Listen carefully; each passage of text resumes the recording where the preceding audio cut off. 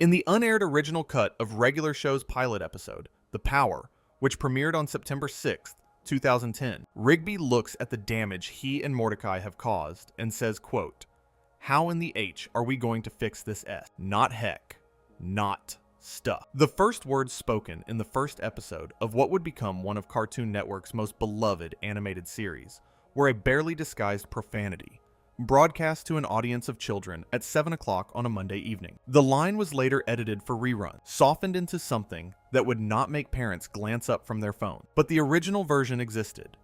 It aired, and it set the tone for everything that followed. That was not an accident. That was a mission statement, a declaration, buried in a premiere episode, that this show would speak in two voices simultaneously, one for the children who were supposed to be watching, and one for the adults who were not supposed to be listening, but were.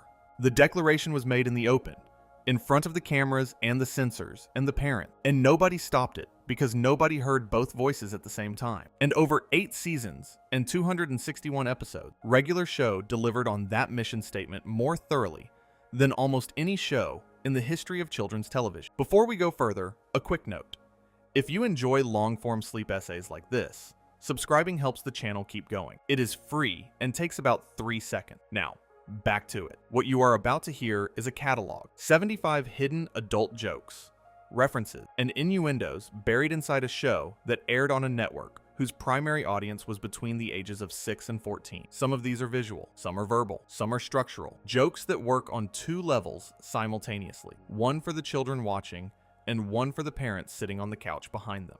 Some were caught by censors in other countries and edited out. Some made it through every censorship review in every territory and aired unchanged because the joke was hidden well enough that the people whose job it was to find these things simply did not see it. Regular Show was created by J.G. Quintal, who developed the concept while studying at the California Institute of the Arts. His original student film, 2 in the AM/PM, produced in 2006, is the Rosetta Stone for understanding why the show is the way it is. The short follows 2 gas station employees who eat candy laced with acid and hallucinate through a night shift. The characters in the short become Mordecai and Benson in the finished show. The Blue Jay and the Gumball Machine are, in their original incarnation, 2 stoners on an acid trip.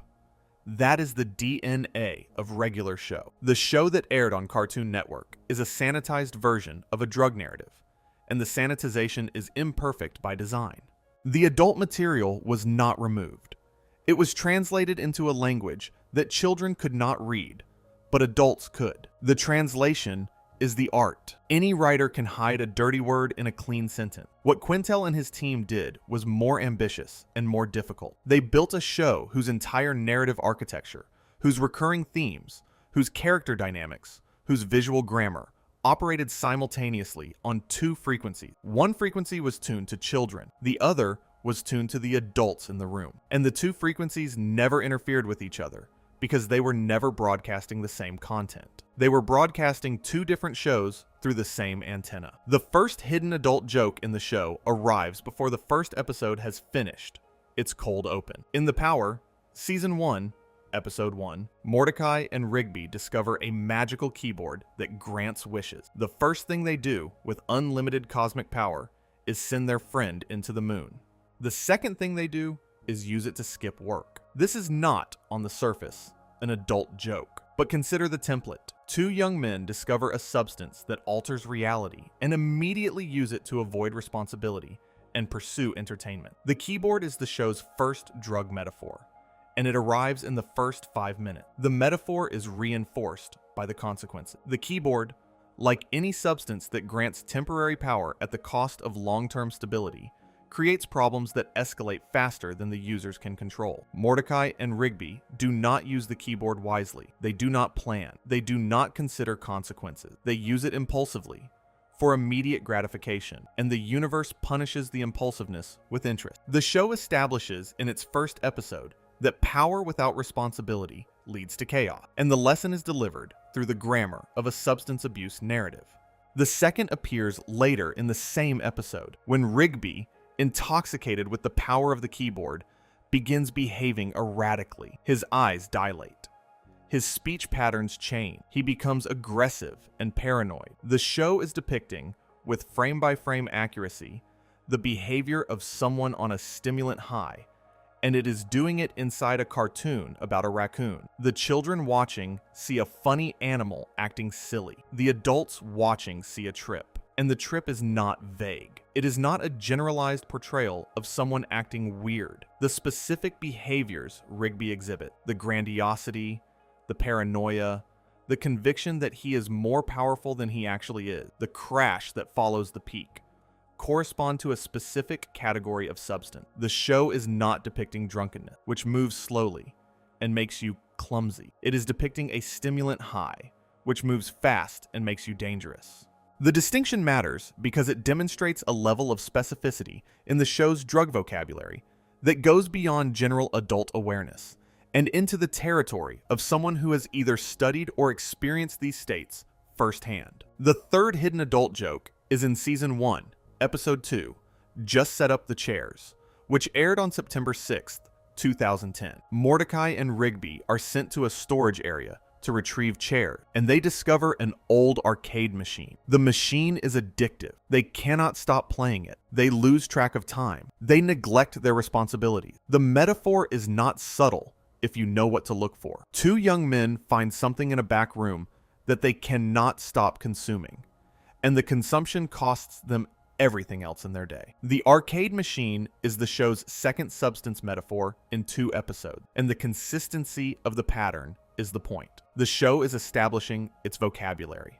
Whenever Mordecai and Rigby encounter something that provides intense, immediate pleasure at the cost of their obligation, the thing is presented with the visual and narrative language of addiction. The machine's screen glows in a dark room. The characters' faces are illuminated by the artificial light. They lose awareness of time passing. They become hostile when someone suggests they stop. The show is building a library of metaphors that it will draw from for 8 seasons, and the library is stocked with the language of dependency. The fourth appears in Season 1, Episode 3, Caffeinated Concert Tickets, which aired on September 13th, 2010. Mordecai and Rigby need to stay awake all night to buy concert tickets, and they drink coffee. Enormous amounts of coffee. The caffeine hits them like a drug. Their behavior changes. They vibrate. They hallucinate. They become hyperactive and then crash. The show is depicting a caffeine binge with the visual language of a harder substance, and the exaggeration is the joke. But the exaggeration is also the point. Regular show's approach to adult humor is not to hide a single dirty word in a clean sentence. It is to take an innocent activity, in this case drinking coffee, and depict it with such intensity that the innocent activity becomes a mirror for a less innocent one. The coffee is coffee. It is always, legally and literally, coffee. But the way the show shows you the coffee, the way it animates the consumption, the way it dramatizes the effects, turns the coffee into something that coffee is not. The show is not lying to you. It is telling you the truth in a voice that means something different depending on how old you are. The children see silly cartoon physics. The adults see a commentary on stimulant abuse wrapped in primary colors. The fifth is in the same episode, where the coffee shop owner warns Mordecai and Rigby about the consequences of excessive caffeine consumption, with a gravity that suggests she is talking about something more dangerous than a latte. Her warning is medically accurate for stimulant overdose, elevated heart rate, inability to sleep, paranoid thinking, gastrointestinal distress, tremors. The symptoms she lists are not the symptoms of drinking too much coffee. They are the symptoms of stimulant toxicity, and the fact that she can list them with such specificity, without hesitation, without needing to look anything up, suggests a character who has encountered this before. The show presents this information through a character whose concern reads, to an adult viewer, as the concern of someone who has seen people abuse substances and knows exactly where the road leads and how it ends. She is not worried about a coffee hangover. She is worried about something worse, and the worry is expressed in the calm, measured voice of experience rather than the panicked voice of speculation. The sixth hidden adult joke arrives in Season 1, Episode 5, Don't, which aired on September 20th, 2010. The episode features a game show hosted by a character whose behavior and presentation parody adult game shows of the 1970s, complete with suggestive audience reactions and double entendre phrasing. The host's energy is that of a sleazy entertainer whose charm conceals something predatory, and the portrayal is specific enough that adults recognize the type immediately, while children see only a funny man in a suit. The host's smile is too wide. His compliments are too personal. His physical proximity to the contestants exceeds what the game format requires. The show is drawing from the specific cultural memory of television hosts, whose on-camera warmth was later revealed to mask off-camera behavior that ranged from inappropriate to criminal, a pattern that the entertainment industry has been reckoning with publicly since the mid-2000s. But that was present and discussed privately for decades, before Regular Show put it in a children's cartoon. The episode aired in 2010, years before the public revelations that would give this archetype a name and a cultural reckoning. The show was not predicting the future. It was reading the present. The sleazy television host was already a known type, already discussed in industry circles, already the subject of whispered warnings that had not yet become headlines.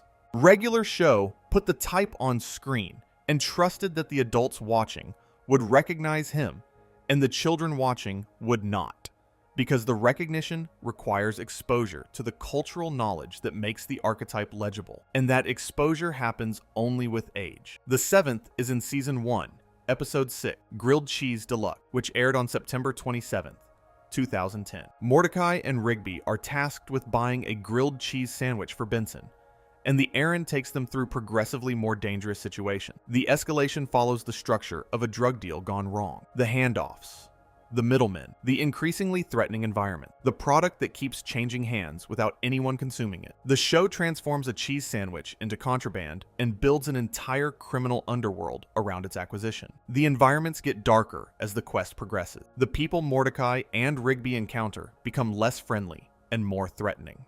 The exchanges become tenser, more coded, more dependent on trust between strangers who have no reason to trust each other. The final handoff takes place in a location that looks nothing like a place where you would buy food, and exactly like a place where you would buy something you are not supposed to have. The parallel is invisible to the target audience and unmistakable to anyone who has ever watched a crime film, because the show is not merely referencing the genre. It is reproducing its grammar, beat for beat, substituting dairy for contraband, and trusting the substitution to carry the joke. The eighth appears in Season 1, Episode 7, The Unicorns Have Got to Go, which aired on October 4th, 2010. This episode is perhaps the most discussed example of hidden adult content in the show's first season. Mordecai befriends a group of unicorns who are, without any ambiguity whatsoever, frat boy stereotypes. They are loud. They are aggressive.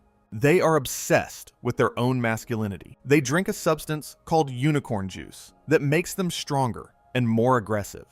And the substance is a thinly veiled anabolic steroid analog. The unicorn's behavior, while on the juice, mirrors the documented side effects of steroid abuse, including aggression, impaired judgment, and an inflated sense of physical invincibility. Their bodies are exaggerated, muscular beyond function, sculpted in a way that suggests the pursuit of physical perfection has become an end in itself, rather than a means to any practical goal. They flex constantly. They challenge each other to meaningless displays of strength. They treat physical dominance as the primary measure of worth. And the culture they have built around the juice is a closed loop of consumption and performance that resembles nothing so much as a gym locker room, where the supplements have become more important than the exercise. The episode aired on a network for children, and the children saw funny horses being silly. The adults saw a portrait of toxic masculinity medicated with performance-enhancing drug. A portrait that is more relevant now than it was in 2010, because the culture it depicts has not diminished, but accelerated. The fitness influencer economy that would explode in the mid-2000s, the supplement industry that generates billions of dollars annually by selling the promise of a body that is never quite good enough. The online communities where young men compare physiques and dosages with the compulsive transparency of addicts, comparing fixes. All of it was present in embryonic form when Regular Show aired this episode. The unicorns are the prototype. They are the first draft of a cultural phenomenon that would become one of the defining anxieties of young masculinity in the decade that followed.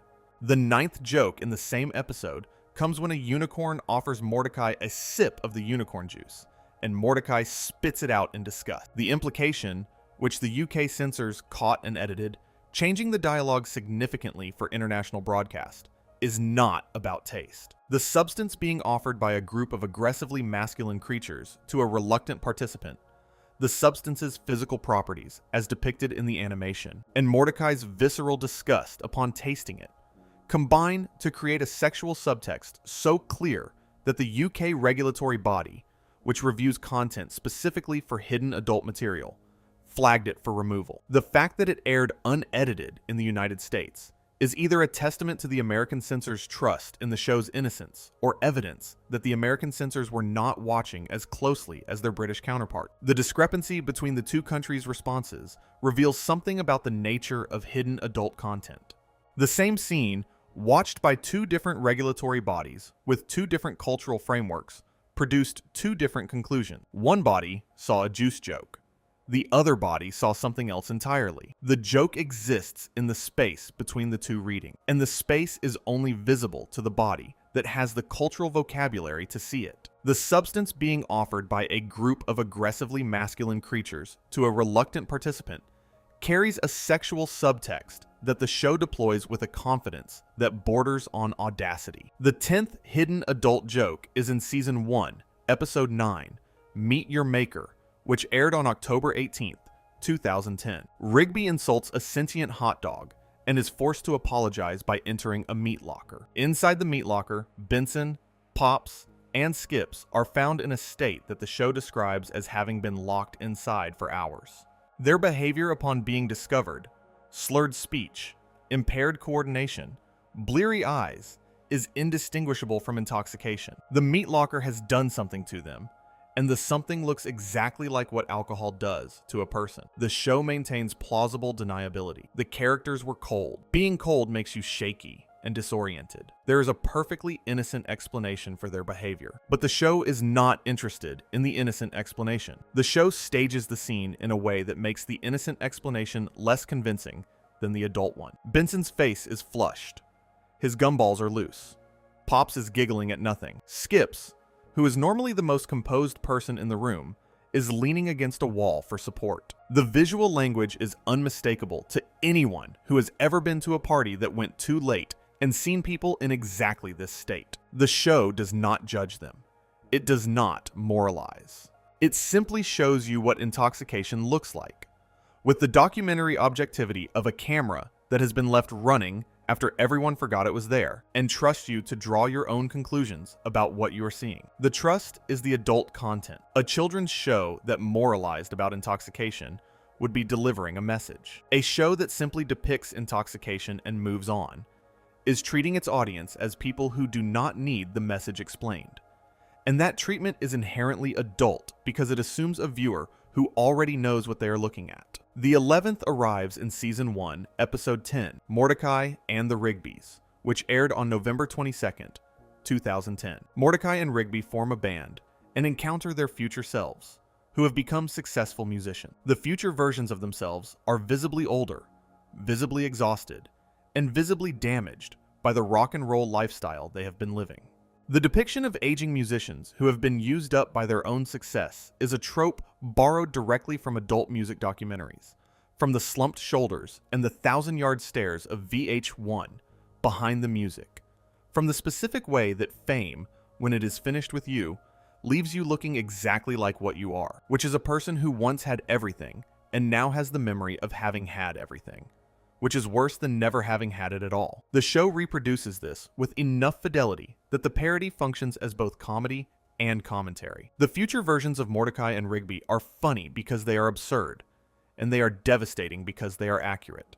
They are the punchline to a joke that takes 20 years to tell. The joke being that ambition without sustainability produces ruin, that the dream of being a rock star and the reality of having been a rock star are separated by a chasm filled with hotel rooms and tour buses, and mornings where you cannot remember the city you are in. The accuracy is the adult content that the comedy disguises. Children see funny old versions of characters they like. Adults see the cost of a lifestyle that popular culture glamorizes and biography reveals as destructive. The 12th hidden adult joke is in Season 2, Episode 1, Ello Governor, which aired on November 29, 2010. Rigby becomes terrified of a British horror film about a haunted taxi. His fear response is played for comedy, but the specific details of the fear, the inability to sleep, the intrusive thoughts, the hypervigilance, the way the fear disrupts his daily functioning, are a clinically accurate depiction of post-traumatic stress. The show gives a cartoon raccoon PTSD and trusts that the children will see a funny scaredy cat, and the adults will see a portrait of anxiety that is uncomfortably real. The trust is justified because the two readings do not conflict. A child can laugh at Rigby hiding under his bed, and an adult can recognize the symptoms of intrusive thought disorder in the same scene without either experience diminishing the other. This is the fundamental design principle of regular shows' adult humor. The adult layer does not replace the children's layer. It exists beneath it, like a geological formation, visible only to those who know to dig. And the geological metaphor is appropriate because the layers were deposited at different times. The children's layer was written first, the surface story that must work on its own term, that must be funny and engaging and narratively satisfying without any awareness of what lies beneath. The adult layer was deposited underneath, supporting the surface story structurally without ever breaking through it. The two layers exist in the same space, but at different depths, and the experience of watching regular show changes depending on how deep you are willing to go. The 13th appears in Season 2, Episode 5, My Mom, which aired on January 17th, 2011. This is the episode that codifies Muscle Man's catchphrase, and the episode itself is built around the sexual subtext of the joke. You know who else, followed by a description of an action, followed by my mom. The joke, structurally, is a your mom joke, one of the oldest forms of sexual insult in the English language. Every single iteration of the joke in this episode, and the show produces dozens, carries a sexual implication that the format makes explicit. The children hear a funny catchphrase. The adults hear a relentless series of implied sexual scenarios involving Muscle Man's mother.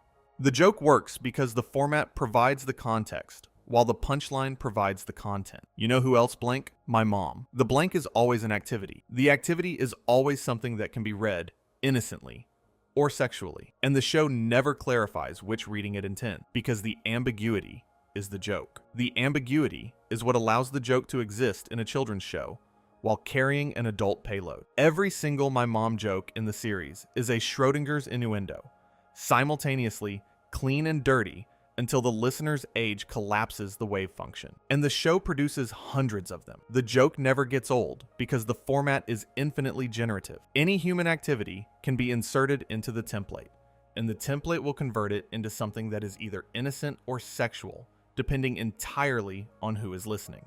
The genius of the format is that it cannot be censored without censoring the entire character, because the adult content is not in any individual joke, but in the structure of the joke itself. To remove the innuendo from the My Mom format, you would have to remove the format.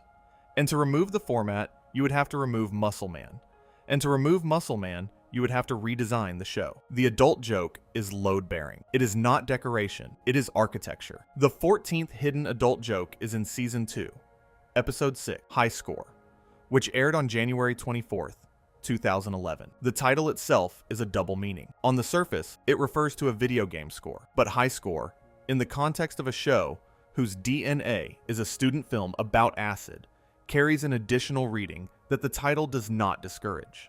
The episode features Mordecai and Rigby attempting to achieve the highest score on an arcade machine, and their obsessive pursuit of the score, the way it consumes their attention, the way it displaces every other priority, mirrors addictive behavior with a precision that feels deliberate. They skip meals. They ignore Benson. They stop engaging with the world outside the screen. The machine becomes the only source of meaning, and every failure feeds the need for another attempt.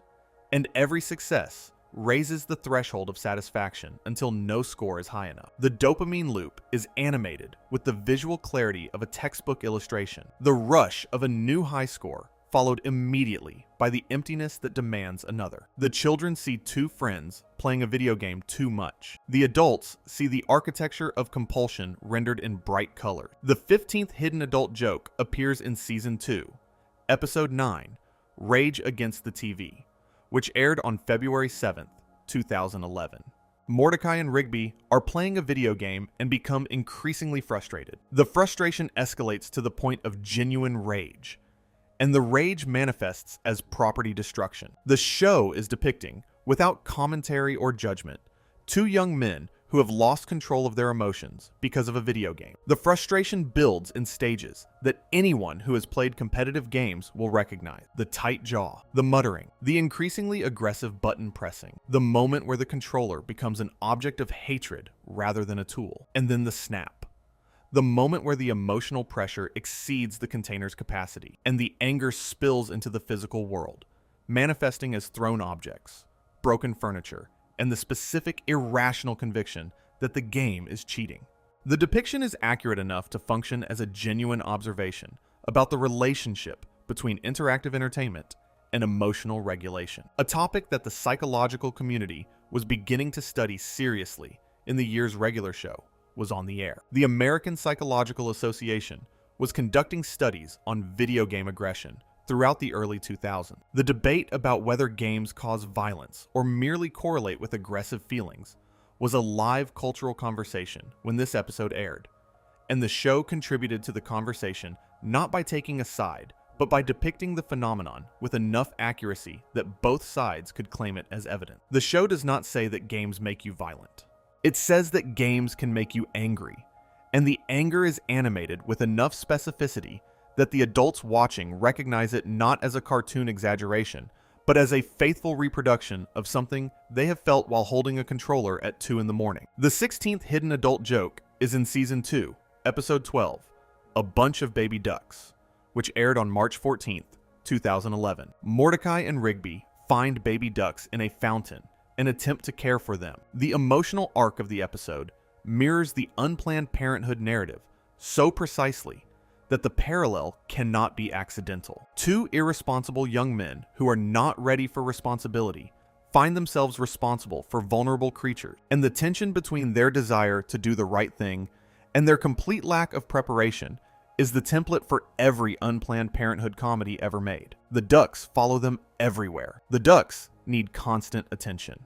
The ducks interfere with their social lives and their work, and their ability to do the things that young men without dependents take for granted. Mordecai and Rigby argue about whose turn it is to care for them, and the argument is the argument that every new parent has had at 3 in the morning when the baby will not stop crying and sleep has become a distant memory. The episode even resolves with a moment of genuine attachment, the moment where the burden becomes love and the obligation becomes choice, and the resolution is borrowed directly from the emotional arc of parenthood narratives aimed at adult audiences. The 17th appears in Season 2, Episode 14, Over the Top, which aired on April 4th, 2011. Skips enters an arm wrestling competition, and his opponent, an entity called the Grim Reaper, is explicitly death. The show puts its most reliable character in a physical contest against the literal embodiment of mortality, and the stakes are real.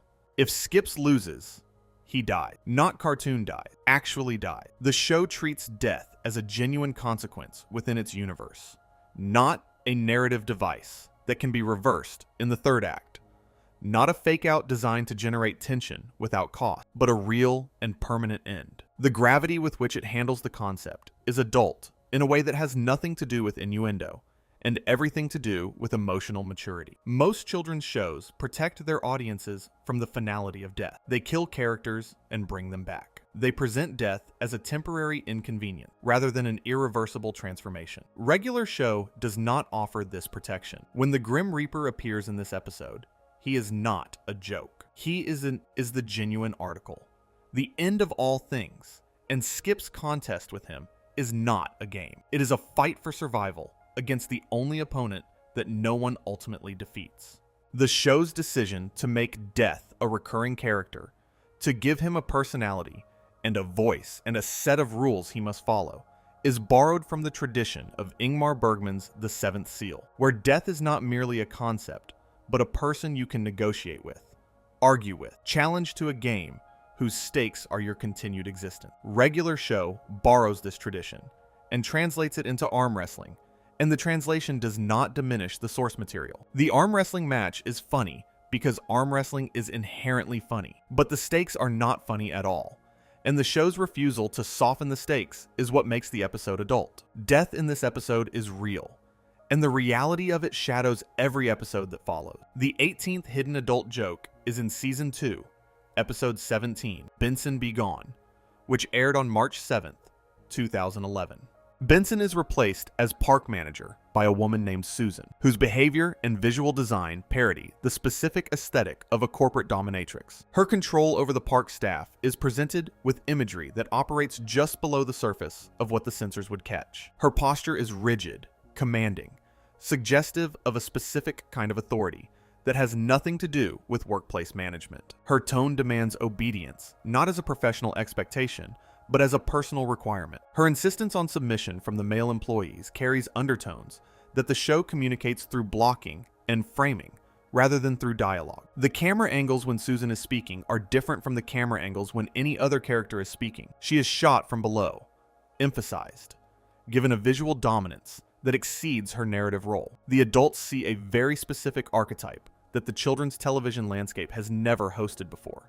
They see the visual grammar of dominance rendered in the bright colors of a Cartoon Network production, and the rendering is specific enough that the archetype is immediately recognizable, despite the fact that the show never names it and never acknowledges it. The show's animators understood posture. They understood the difference between authority that is claimed and authority that is commanded. They understood that a character who stands with her weight forward, whose chin is slightly elevated, whose eyes look down at the character she is addressing, communicates a power dynamic that transcends the workplace context the episode provides. The specificity of the visual language is the adult content. The children see a mean boss who makes everyone miserable. The adults see a character whose visual design communicates a specific relationship to power that the children's television vocabulary does not typically include. The 19th is in Season 2, Episode 18, But I Have a Receipt, which aired on June 6th, 2011. Mordecai and Rigby attempt to return a game they purchased, and the return process takes them through an escalating bureaucratic nightmare that parodies consumer culture with the savagery of an adult satirist. The department store becomes a dystopian institution, the return desk becomes a tribunal, and the receipt becomes a legal document in a Kafka-esque hearing. The children see funny chaos. The adults see a commentary on late capitalism that is as precise as anything produced by adult satirists, with significantly larger budgets and fewer restrictions. The bureaucratic nightmare the characters navigate, the forms that lead to other forms, the departments that redirect to other departments, the customer service representatives whose politeness is a wall constructed specifically to prevent resolution, is not an exaggeration.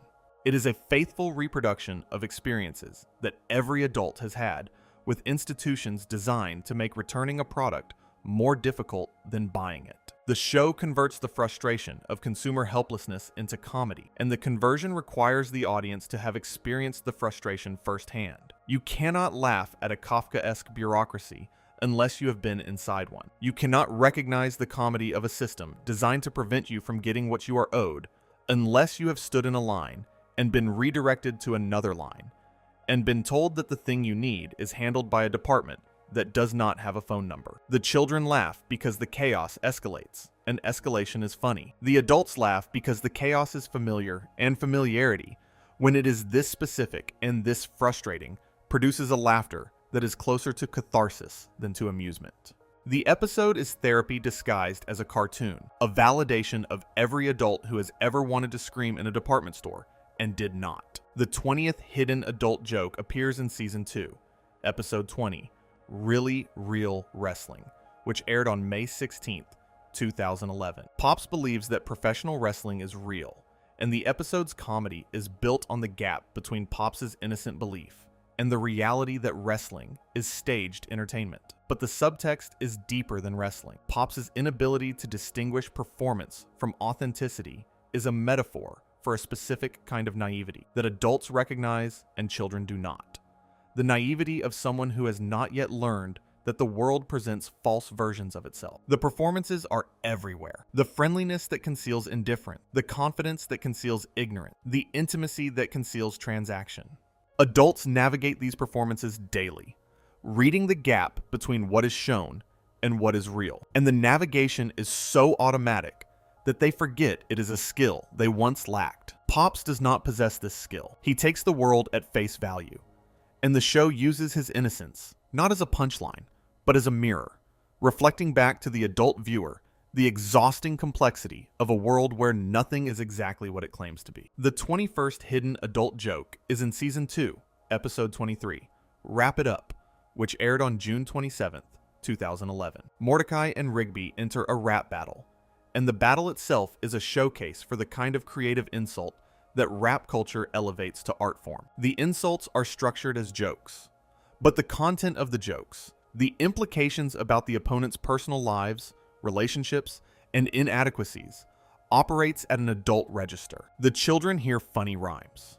The adults hear the specific social dynamics of humiliation as performance. The way that cruelty becomes acceptable when it is dressed in rhythm and wordplay. The way that an audience will cheer for an insult if the insult is clever enough. The way that talent is used to justify cruelty in competitive spaces, where the currency is wit and the casualties are dignity. The episode captures the gladiatorial energy of a rap battle, the circle of spectators who are complicit in the destruction they are watching, and the specific vulnerability of standing in front of people who are waiting to see you fail. The children hear two cartoon characters making fun of each other. The adults hear the economics of verbal violence, where the reward for the best insult is the approval of strangers, and the cost of the worst insult is public shame. The 22nd appears in Season 2, Episode 24, Brain Eraser, which aired on July 11th, 2011.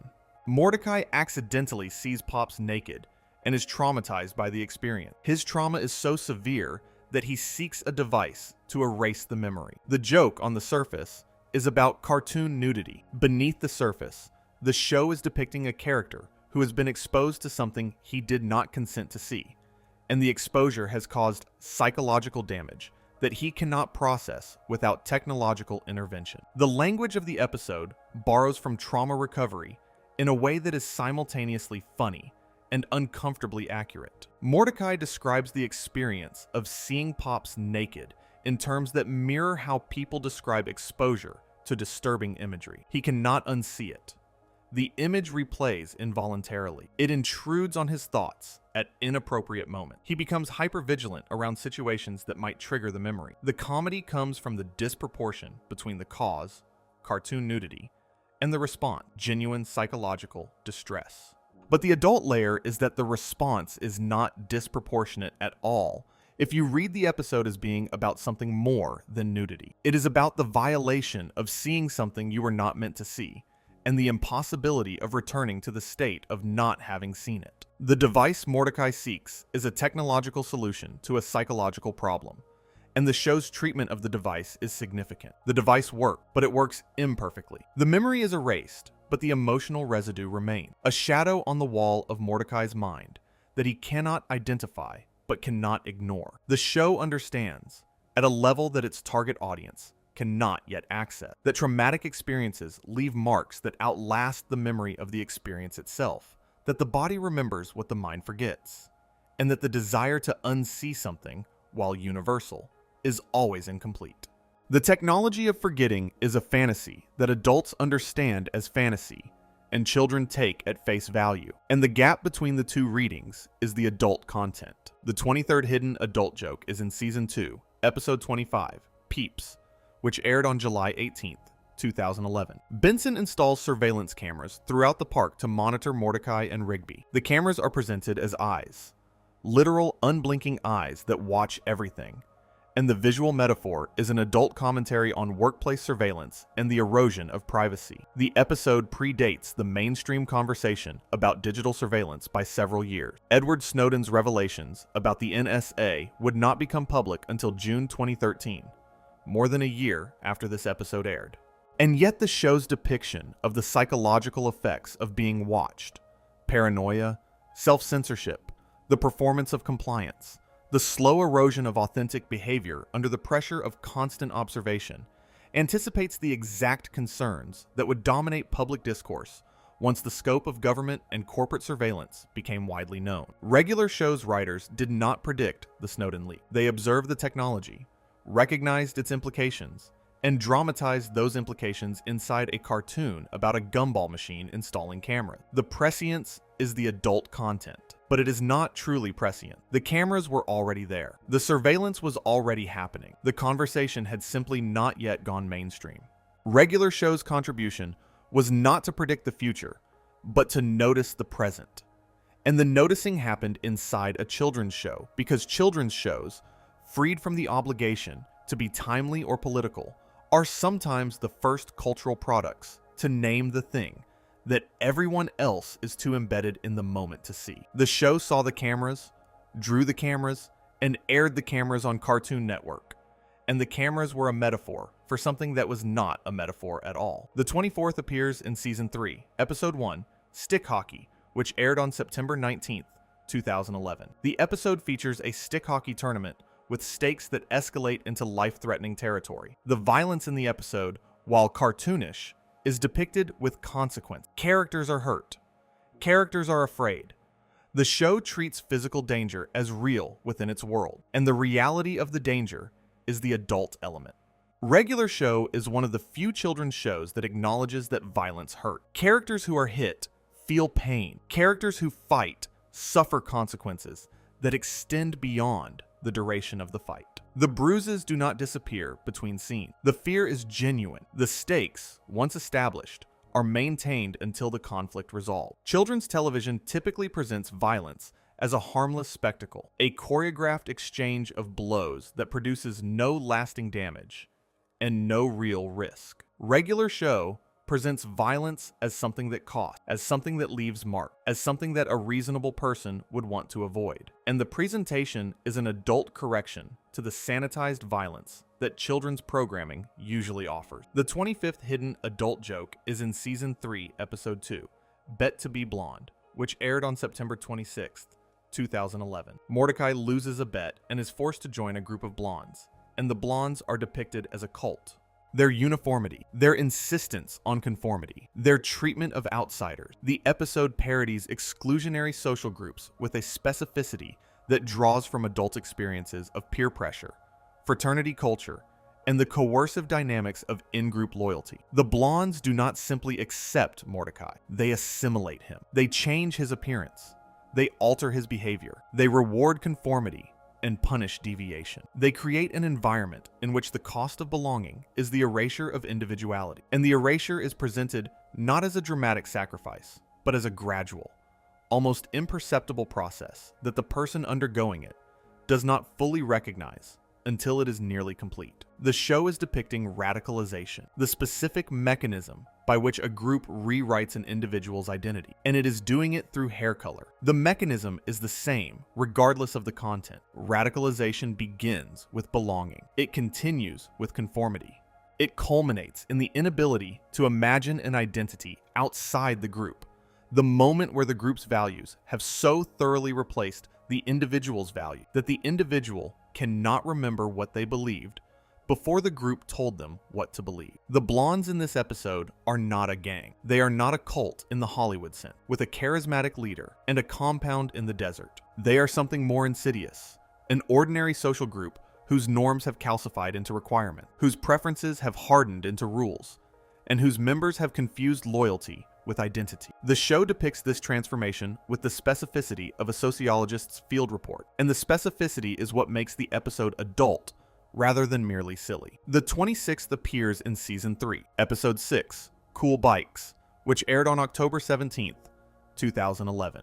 Mordecai and Rigby attempt to prove they are cool by riding motorcycles, and the coolness escalates until they are literally put on trial for being too cool. The trial is a legal proceeding, complete with judge, jury, and lawyers. And the absurdity of prosecuting someone for excessive coolness is a satire of both the legal system and the cultural obsession with social status. The parody is sophisticated enough that children see a silly trial and adults see a courtroom drama about the criminalization of identity. The judge is stern. The prosecution presents evidence with the seriousness of a capital case. Witnesses are called. Objections are raised and sustained. The procedural accuracy of the trial is borrowed directly from legal dramas like Law and Order and A Few Good Men, and the accuracy serves the joke, because the more seriously the show takes the legal proceedings, the more absurd the charge of being too cool becomes. But the absurdity of the charge is itself a commentary.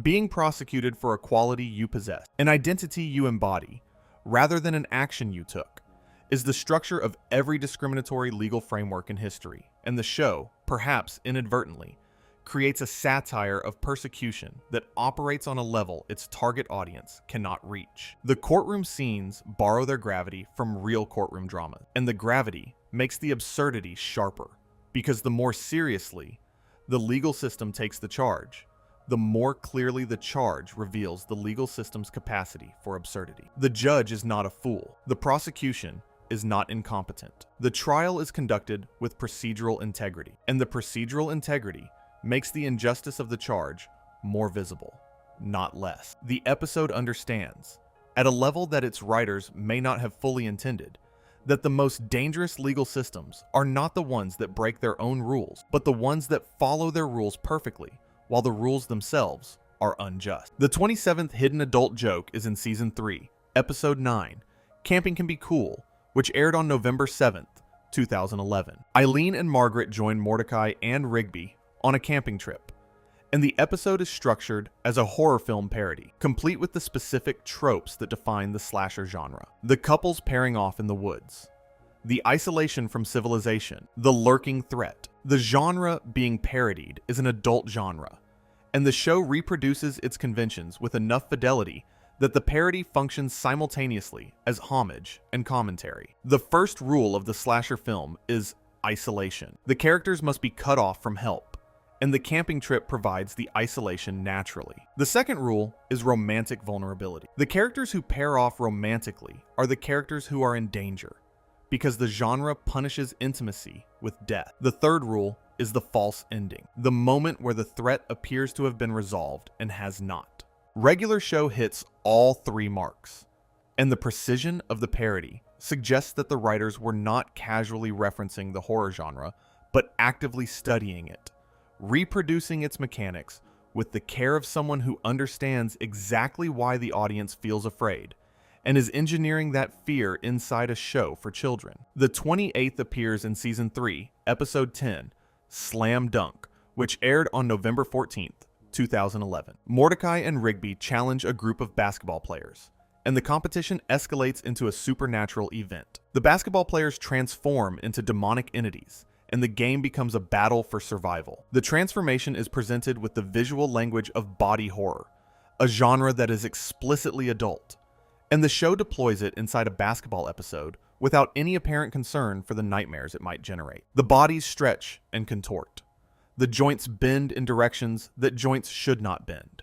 The skin texture changes, becoming something that is no longer skin, and the sound design accompanies the transformation with wet, organic sounds that communicate wrongness before the visual fully registered. Body horror works by violating the body's integrity, by showing you a human form that has been compromised in a way that feels like a personal threat, because you have a body too, and what is happening to the body on screen could theoretically happen to yours. Regular show deploys this mechanism in a basketball game, and the deployment is not accidental. The show's animators understood body horror well enough to reproduce its effect inside 11 minutes of children's television. The 29th hidden adult joke is in Season 3, Episode 15, Skip Strikes, which aired on January 16th, 2012.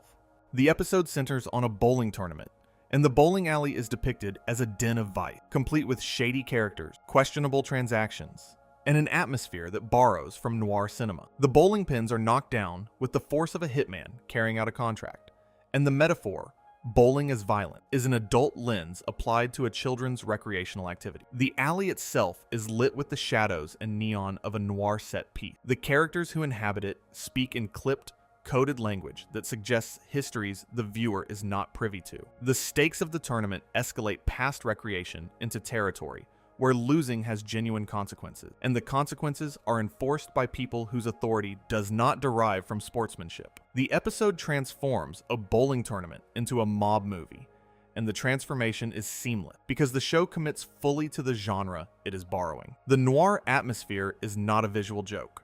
It is a sustained aesthetic choice that lasts the entire episode, and the sustained commitment to a genre that children have never encountered is what makes the adult content structural rather than incidental. The 30th hidden adult joke appears in Season 3, Episode 18, Weekend at Benson's, which aired on February 13th, 2012. The title is a direct reference to the 1989 comedy film Weekend at Bernie's, in which two young men drag around the corpse of their dead boss and pretend he is alive. Regular Show reproduces the premise almost exactly, replacing the corpse with an unconscious Benson. The source material is a rated R comedy about death and deception, and the show translates it into children's television without softening any of the structural darkness. Two employees drag around the body of their boss to avoid getting in trouble for having incapacitated him. They manipulate his limb. They move his mouth to simulate speech. They create the illusion of consciousness in a body that possesses none, and the illusion is maintained through increasingly desperate improvisations as the situations they encounter demand increasingly convincing performances of aliveness. The comedy comes from the morbidity. It comes from the specific horror of treating a person as a puppet and the escalating absurdity of the puppet show. Children see a funny physical comedy episode where Benson is being carried around. Adults see a direct adaptation of a rated R comedy about pretending a dead man is alive, reproduced with enough structural fidelity to function as an homage that the target audience cannot possibly recognize because they are 7 years old. The 31st hidden adult joke is in Season 3, Episode 20, Trucker Hall of Fame, which aired on April 2nd, 2012. Muscle Man's father dies, and the episode treats the death with genuine emotional weight. The funeral scene is played straight.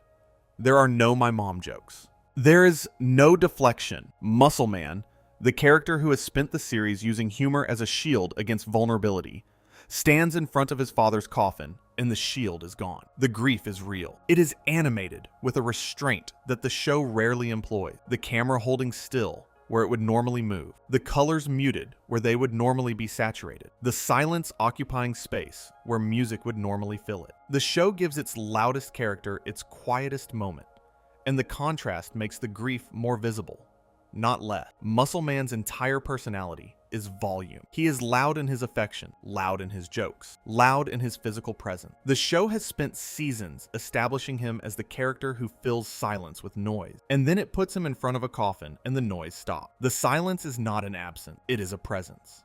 It is the loudest thing Muscle Man has ever communicated, because it is the first time his personality has been insufficient to the moment.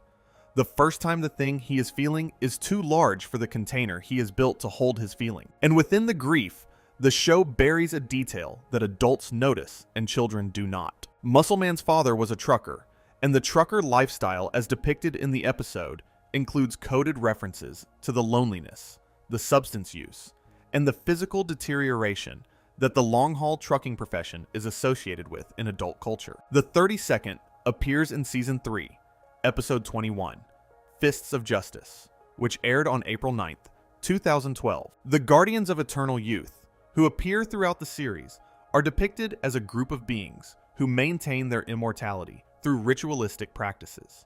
The rituals borrow visual elements from fraternal organizations, specifically the Freemason, and the secrecy surrounding the Guardians' activities mirrors the cultural anxiety about secret societies that has fueled conspiracy theories for centuries. The ceremonial robes, the chanted invocation, the inner sanctum that ordinary people are forbidden from entering. The Guardian's power is maintained through ritual rather than through strength, and the ritual requires secrecy, and the secrecy creates a power imbalance between those who know and those who do not. The show is dramatizing the structure of institutional secrecy, the way that knowledge becomes power when it is restricted, and the way that restricted knowledge generates both reverence and suspicion in the people who are excluded from it. The children see magical baby men performing funny ceremonies.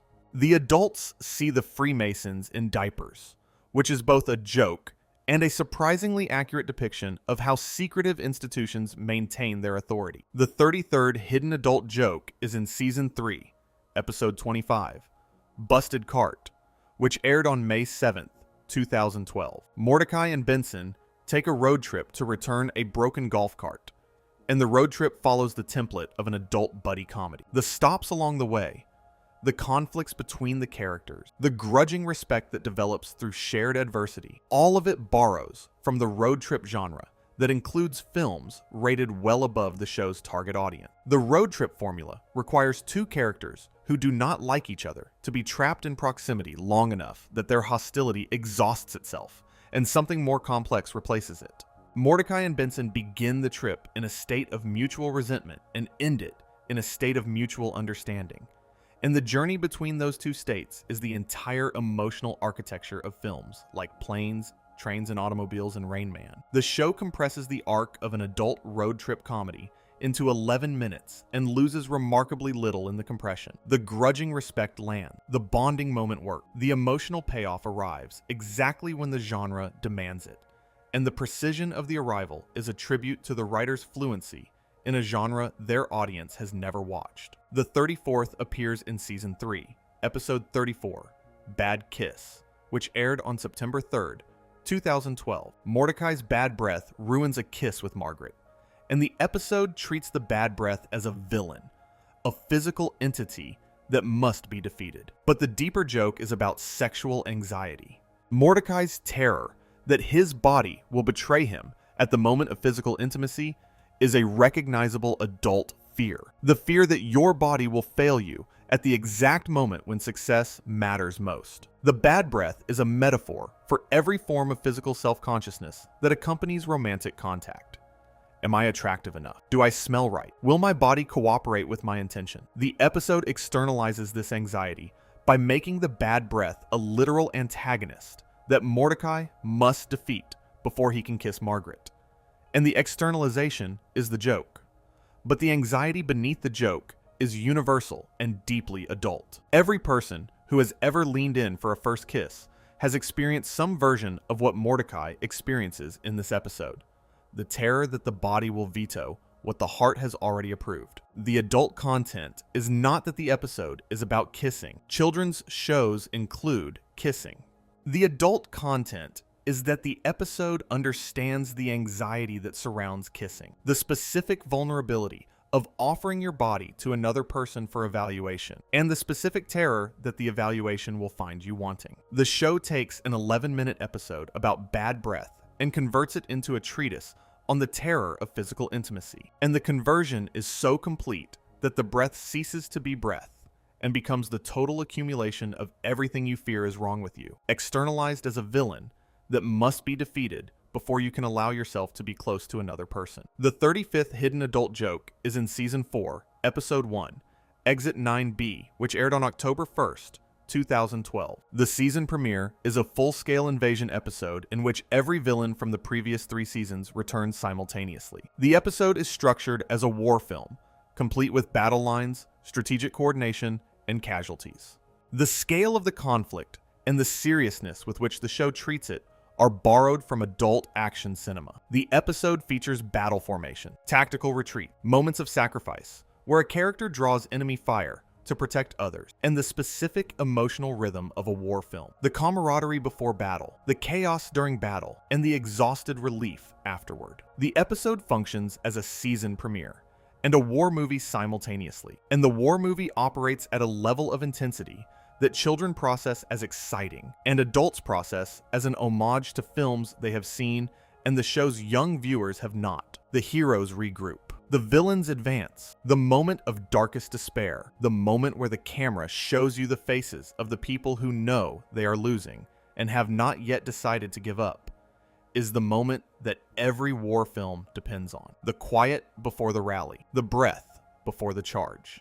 Regular show reproduces this moment with the emotional fidelity of a director who understands that war films are not about explosion. They are about the decision to keep going. When keeping going is irrational, when the odds are against you and the outcome is uncertain, and the only thing you have left is the people beside you and the refusal to let them down. The 36th hidden adult joke is in Season 4, Episode 3, Terror Tales of the Park 2, which aired on October 15th, 2012. The annual Halloween episode features 3 short horror stories, and the framing device is the park crew telling scary stories while stuck in traffic. One of the segments, Party Bus, features a vehicle that becomes a death trap, and the visual design borrows explicitly from adult horror film, including close-ups of terrified faces, claustrophobic framing, and the specific rhythm of tension and release that horror cinema uses to manipulate the autonomic nervous system.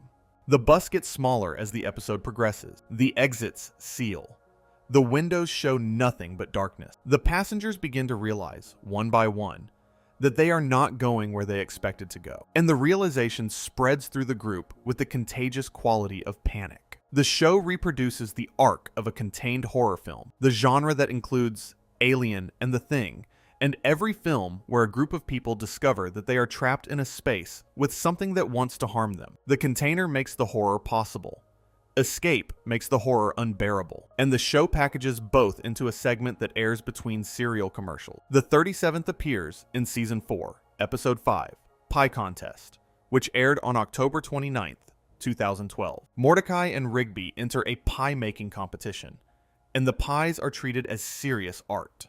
The judging panel evaluates the pies with the vocabulary and intensity of a wine tasting. And the pretension of the evaluation is a parody of foodie culture that requires familiarity with the culture being parodied. The judges swirl, they sniff, they hold the pie to the light, as though the light will reveal something the palate cannot. They use words that describe sensory experiences, so rarefied that the words themselves have become performances, notes of, undertones of, a finish that lingers. The vocabulary is real. It is the vocabulary of Michelin-starred restaurants and sommelier certifications, and the specific industry that has grown around convincing people that eating is an intellectual activity rather than a biological one. The parody requires you to have encountered this vocabulary in the wild, to have read a restaurant review that made food sound like philosophy, and the requirement excludes the show's target audience entirely. Children see a funny baking contest. Adults see a satire of competitive gastronomy that is funnier the more restaurant reviews you have read. The 38th hidden adult joke is in Season 4,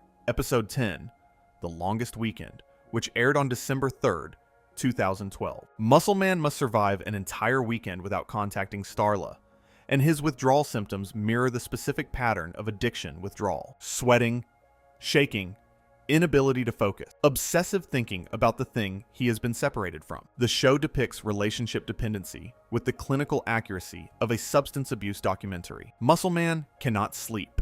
He cannot eat. He paces. He checks his phone. He constructs elaborate justifications for why contacting Starla would not technically violate the terms of their agreement. The rationalization process, the way an addicted mind finds loopholes in the rules it has set for itself, is reproduced with a fidelity that suggests the writers have either studied addiction or lived adjacent to it.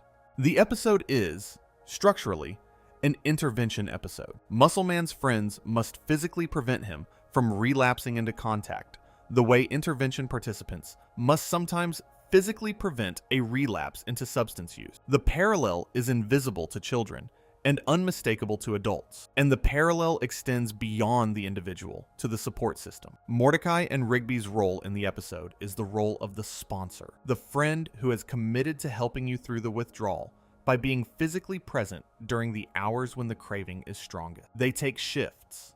They employ distraction technique. They monitor Muscle Man's emotional state with the vigilance of people who know that relapse can happen in a moment of weakness, and that the moment of weakness can arrive without warning. The show depicts the infrastructure of recovery, the human labor that supports a person through the process of separating from a dependency, with enough detail that the labor becomes visible as labor rather than as friendship. The dissonance is also, arguably, the most honest thing about the arc, because the dissonance mirrors the way these situations work in real life. In real relationships, the person who reacts visibly is the person who gets blamed, and the person who provokes invisibly is the person who gets excused. In real relationships, the person who says, "I am hurt," is treated as the person who is causing the problem, and the person who caused the hurt is treated as the person who is trying to keep the peace. The dynamic is so common that it has its own vocabulary in therapeutic literature. And the vocabulary includes words like gaslighting and darvo and reactive abuse. And none of these words existed in the regular show writer's room, but all of them describe patterns that exist in the regular show narrative. The show is not sophisticated enough in its treatment of CJ to be deliberately modeling these patterns.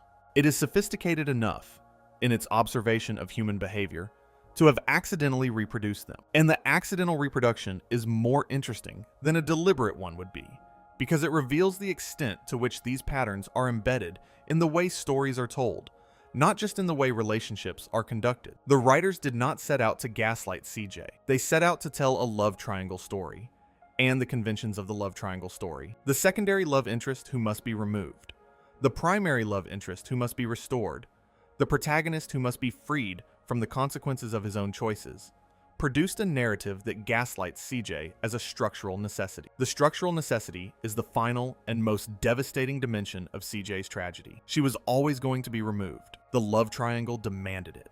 The show's narrative arc, which was moving toward a resolution of the Margaret question, could not accommodate a CJ who was happy and secure and integrated into the group. CJ had to go, and the means of her going had to be her own emotional instability. Because the alternative, Mordecai simply choosing Margaret over CJ, would have made Mordecai unsympathetic, and the show could not afford an unsympathetic protagonist. So the show made CJ unsympathetic instead. It inflated her flaws. It minimized her provocation. It constructed a version of events in which CJ's departure was her own fault. And the construction was convincing enough that many viewers accepted it, but not all viewers. And the viewers who did not accept it, the viewers who watched CJ's arc and saw themselves in it, the viewers who recognized the pattern of being blamed for the visible consequences of someone else's invisible failures, those viewers carry CJ's story with a weight that the show's creators may not have intended. CJ is not, for these viewers, a secondary character in a cartoon about a blue jay. She is a case study in how narratives distribute blame along gendered lines, how the person who cries is blamed for the crying, and the person who caused the tears is excused for the causing, how the visibility of emotion is treated as evidence of dysfunction, while the invisibility of provocation is treated as evidence of innocence. CJ deserved better. Not in the sense that every fan says their favorite character deserved better. The vague, generic complaint that the character should have had a happier ending. CJ deserved better in a specific and structural sense. She deserved a narrative that treated her emotions as data rather than noise. She deserved a story that followed the causal chain from Mordecai's inaction to CJ's reaction and assigned accountability at the correct link. She deserved an arc that allowed her to exist as a person rather than as a problem, as a subject rather than as an object, as a character whose inner life was worthy of the same attention the show lavished on Mordecai's inner life. She deserved an episode where she talked to her mother about why she dates people who do not protect her. She deserved an episode where she went to a concert alone and remembered what it felt like to enjoy something without monitoring someone else's behavior. She deserved an episode where Eileen made her laugh until the laugh became a clear sky, and the clear sky lasted the whole episode, and the audience learned what CJ looks like when she is not in pain. She deserved the full range of her own weather. The sunshine and the snow and the autumn breeze and the spring rain.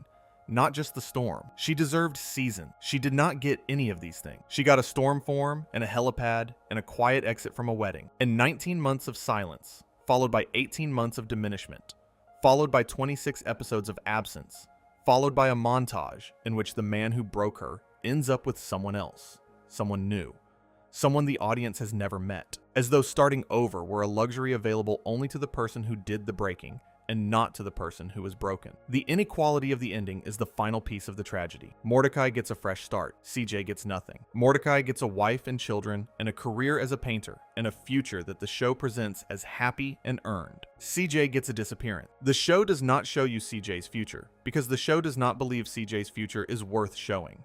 The omission speaks louder than anything the show ever said about CJ out loud, because the omission says that CJ's story ended when Mordecai's use for her ended, and the ending was not important enough to depict. This is why CJ's arc resonates differently from the other tragic arcs in regular show. Pops dies, and his death is treated with the weight it deserves, and the show mourns him, and the audience mourns with the show. Muscle Man's father dies, and the show gives Muscle Man a funeral scene that is among the most emotionally honest moments in children's television. Even Thomas, the spy, gets a resolution, a scene that acknowledges his departure and gives the audience closure. CJ does not get this. CJ does not get a funeral or a farewell or a final scene. She gets a vanishing, and the vanishing is treated not as a loss, but as a clearing of space, as the removal of an obstacle from the path the story wanted to take all along.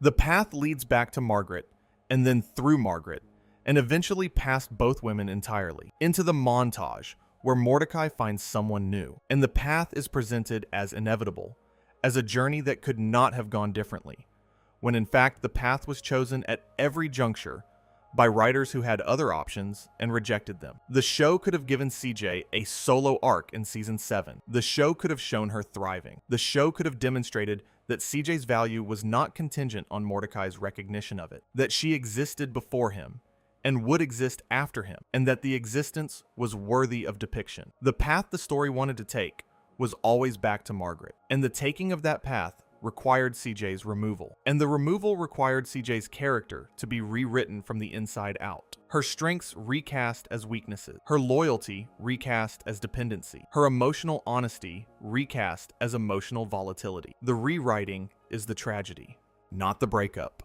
not the storm, not the departure, the rewriting, the slow episode-by-episode transformation of a fully realized person into a narrative inconvenient, accomplished through the withdrawal of empathy and the reassignment of blame and the quiet agreement between the show and its audience that some people are just too much. CJ was not too much. CJ was exactly the right amount. The show was not enough. The show that gave Pops a philosophical death and Muscle Man a genuine funeral, and Benson a career arc, and Rigby a graduation, and Skips an immortal's romance, could not find it within itself to give CJ a single episode where she was the hero of her own story. The show that saw the drug metaphor in a keyboard, and the class commentary in a limousine, and the existential weight of mortality in an arm wrestling match could not see the person inside the storm. The show was brilliant. The show was, in almost every other dimension of its storytelling, more thoughtful and more honest than any children's animated series has a right to be. And in the dimension that mattered most to CJ, in the dimension of seeing her clearly and treating her fairly, the show was not enough. But to understand the full scope of the tragedy, you need to look beyond the love triangle and examine the specific moments where the show had the opportunity to save CJ and chose not to. The first opportunity was in Daddy Issues. The episode introduces CJ's father, a character whose disapproval of Mordecai creates a conflict that CJ must navigate. The episode could have deepened CJ's character by exploring her family dynamic, her relationship with approval, the way her upbringing shaped the person she became. Instead, the episode uses CJ's father primarily as an obstacle for Mordecai to overcome. Mordecai must prove himself to CJ's father. Mordecai must demonstrate his worth. The episode's emotional arc belongs to Mordecai and CJ's family. CJ's history, CJ's formative relationships are reduced to the backdrop against which Mordecai's arc unfolds. The show had an opportunity to give CJ a past that explained her present, to show you where the storm form came from, to make the clouds mean something more than anger. It chose instead to give Mordecai another challenge. The second opportunity was in Sad Sack. The reconciliation episode could have been CJ's episode. It could have shown CJ processing the Christmas party kiss, sitting with the pain, deciding whether the pain was survivable, weighing the evidence for and against trusting Mordecai again. Instead, the episode belongs to the Sad Sack's guy, a literal deus ex machina who teaches Mordecai how to apologize effectively. The apology is the focus. The technique is the focus.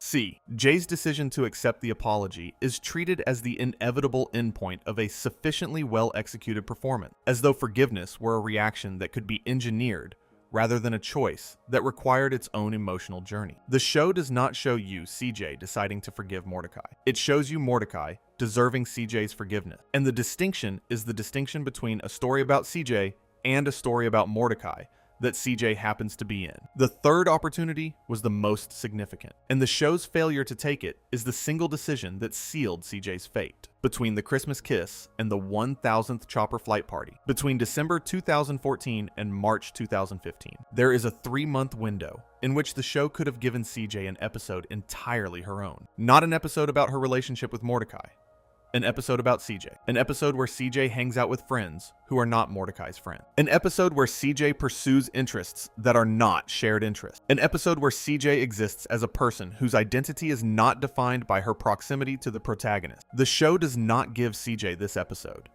The omission is the most damning evidence that CJ was never treated as a character in her own right. Every major character in regular show gets at least one episode that explores their individual identity outside the context of their relationships. Rigby gets Rigby's Body and the Lunch Club. Muscle Man gets Trucker Hall of Fame. Skips gets Skip's Story. Benson gets Think Positive.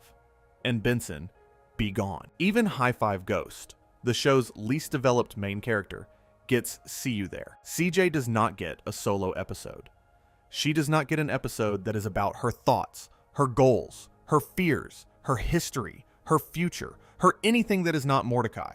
Rigby gets an entire arc about going back to school, about facing the consequences of dropping out, about proving to himself that he is capable of something he was told he could not do. The arc takes multiple episodes. It spans seasons. It gives Rigby an identity beyond his friendship with Mordecai, an identity rooted in personal achievement and self-improvement. Muscle Man gets an arc about grief, about love, about the transition from adolescent recklessness to adult commitment. Benson gets episodes about his drumming career, his romantic failures, his management philosophy, his relationship with his own ambition. The show invests in these characters' interior lives with a generosity that borders on excess. CJ receives none of this generosity. CJ's interior life, if it exists off-screen, unwitnessed, and unrecorded.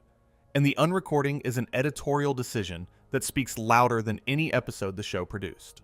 Every episode CJ appears in is an episode about her relationship with Mordecai. The relationship is her narrative ceiling, and the ceiling is low, and the show never lifts it. The absence of a solo CJ episode is not an oversight. It is a design choice that reveals the show's conception of CJ as a function rather than a person. CJ functions as Mordecai's girlfriend. She functions as Margaret's rival. She functions as a source of conflict. She functions as a demonstration of the consequences of Mordecai's emotional immaturity. She performs these functions competently and consistently. And when the functions are no longer needed, she is removed from the show, because a function without a purpose has no reason to exist. The removal is efficient. It is clean. It does not leave a mess. CJ does not get a going away episode. She does not get a scene where the park crew acknowledges that she was part of their world for 2 years and that her absence will be felt. She does not get the courtesy that the show extends to its guest villains, many of whom get more screen time devoted to their departures than CJ get. She is subtracted from the show the way a variable is subtracted from an equation, removed because the math no longer requires her presence, and the math continues to balance because the math was never about her. A person without a purpose still has a reason to exist, because personhood is its own justification. But personhood was never what the show granted CJ. It granted her a role, and the role expired. If you are keeping count, and this is a count that reveals more about the show's priorities than any individual scene or line of dialogue could, CJ appears in approximately 20 episodes across 3 seasons. In those 20 episodes, she has approximately 4 scenes in which she is not interacting with Mordecai or reacting to something Mordecai has done. 4 scenes out of 20 episodes. The ratio is the confession. 4 scenes. 4 moments in approximately 20 episodes where CJ exists as herself rather than as Mordecai's partner. 4 moments in approximately 220 minutes of screen time where CJ's camera is not pointed at Mordecai. The ratio is staggering when you compare it to any male secondary character in the show. Thomas, who is eventually revealed to be a spy, has more independent characterization than CJ. Thomas has a job.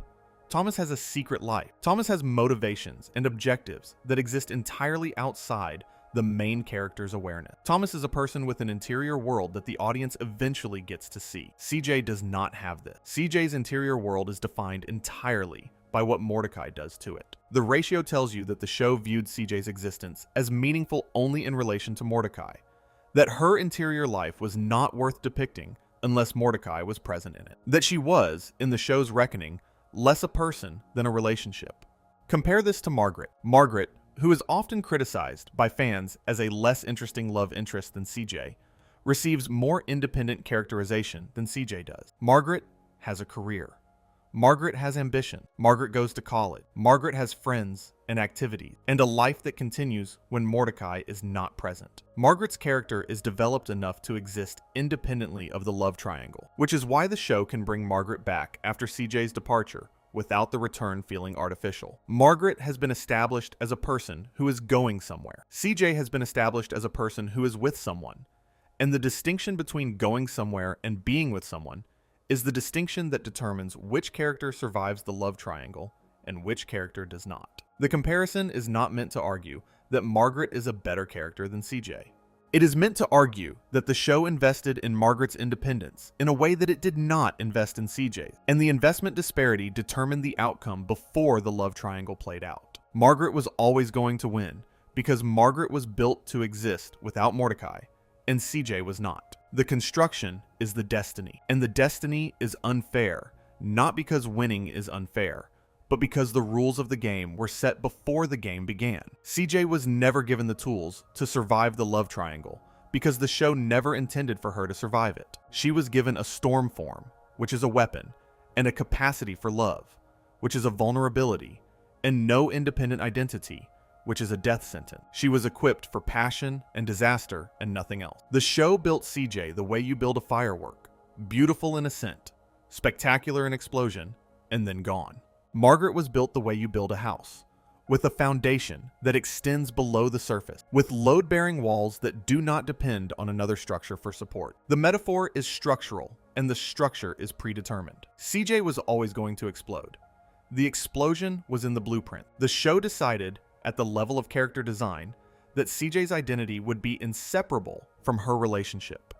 And then it acted surprised when the relationship ended, and CJ had no identity to fall back on. There is something especially painful about a character who is designed for a specific purpose being discarded when that purpose is fulfilled. Tools do not have feelings about being put back in the drawer. But CJ is not a tool. She is a person within the fiction of the show who experiences her own removal as a loss. She does not have the fourth wall awareness to know that she was introduced to create tension and removed to resolve it. She experiences the relationship as real.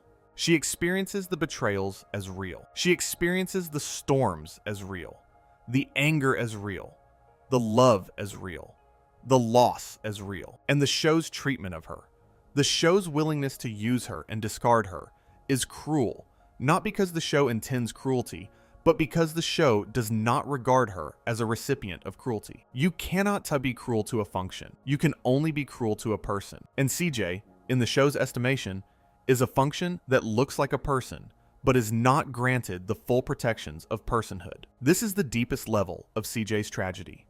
The level beneath the love triangle, and the storm form, and the narrative economics, and the gendered blame. At the deepest level, CJ's tragedy is ontological. It is a tragedy of being. She is a character who was created to be less than a character, who was designed to occupy space without owning it, who was built to fill a role rather than to live a life. And the design is invisible to the audience because the audience is trained to accept that some characters are central and some characters are peripheral. And the peripheral characters exist to serve the central characters, and the service is the point of their existence. CJ refuses this. CJ refuses peripherality with every storm she produces, and every feeling she refuses to diminish. She loves with the intensity of a central character. She grieves with the intensity of a central character. She rages with the intensity of a central character. She demands, through the sheer volume of her existence, to be treated as a person whose story matters on its own term, not as a supporting player